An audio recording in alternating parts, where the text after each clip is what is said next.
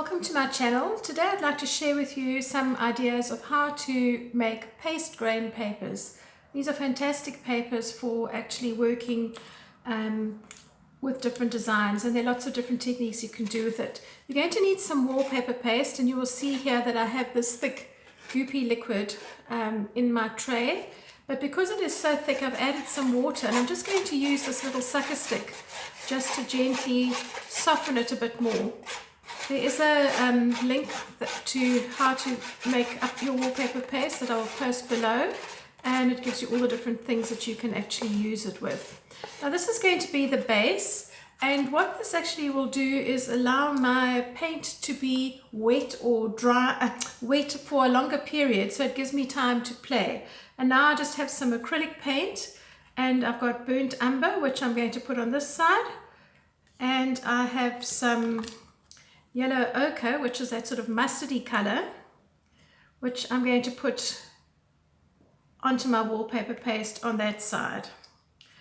Now when you're mixing the colors in here, you're going to see that they will actually slightly dilute, but they will not actually lose the intensity of their color, and that's good because you don't want to end up just with pastel colors.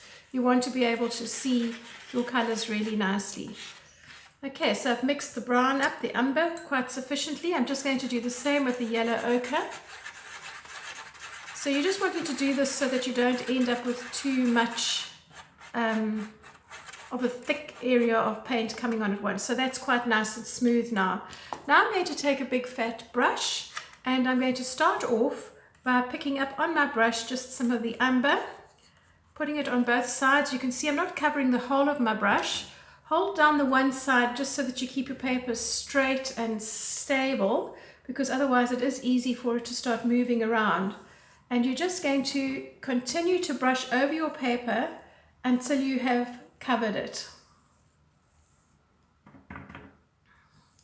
Oopsie, that's what I mean when it slides. I'm working on a sheet of glass because it's really nice and easy to clean up in between the different paint applications that you're putting on.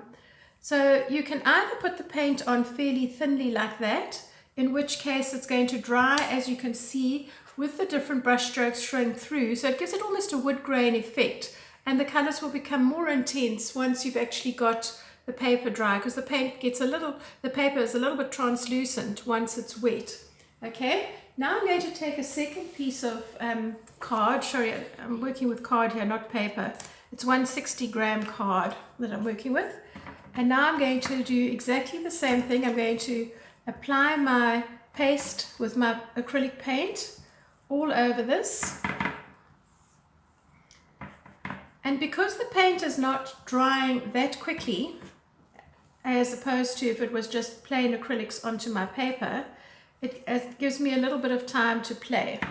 So what I'm going to do now is just to take one of these afro combs, which I'm sure you've seen before, and because they've got their teeth regularly spaced, you can do nice patterns. So I'm going to just gently do a little waving pattern into my paint. It's actually scratching into the paint itself, and it's going to create a nice sort of symmetrical look. You could use all sorts of things. You could use the back of a paintbrush, you could use a fork, you could use a spatula, you could use something like a palette knife. All those kind of things would work. So I've got two different techniques here, just using wallpaper paste, some acrylic paint, and a comb just to create that texture. Now for the third one, I'm going to actually use a little bit more color, and this is where it's rather nice because you don't actually have to waste anything. So you can see I don't have a lot of the umber color left, so I'm going to pick up a little bit of the yellow ochre on my brush, and I'm going to brush the two colors together. I know people get alarmed when I do this because they say, oh, it's messy, but actually in life and in nature, nothing is ever permanently one solid color, so I don't worry too much about that. Okay, this will be more dominantly a yellow color, but it's actually going to work just as well. And so for this, I'm going to take the back of a nice big fat brush, and I'm just going to create some designs into the wet paint. The joy of this is that if you've created a pattern, and you're not happy with the pattern, you can just simply brush over it and the pattern will disappear because your paper is still wet.